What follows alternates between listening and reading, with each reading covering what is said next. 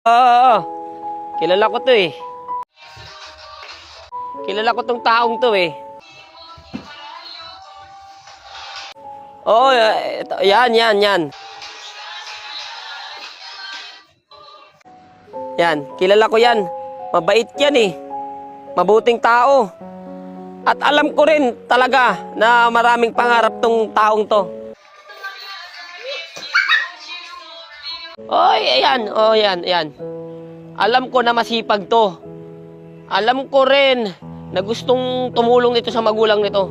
Ang kaso lang, marami lang dito talagang humihila pababa eh. Kaya medyo nauudot yung mga gustong abutin nito eh. Pero kilala ko yan. Masipag yan eh.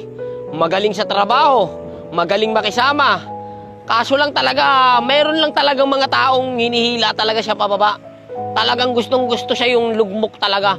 Pero mabait to. Alam ko na may mga pangarap to na gustong tuparin sa buhay niya. At merong gusto tong patunayan sa buhay at pamilya niya. Kilala ko yan. Oh, tuloy mo. Ha? Ituloy mo lang. Hayaan mo sila. Maabot mo rin yung pangarap mo. Kilala kita. Tama yan yung mga ano mo. Huwag kang papekto dun, ha? Bait-bait mo pa naman. Sipag mo, sayang. Tuloy mo yan, ha?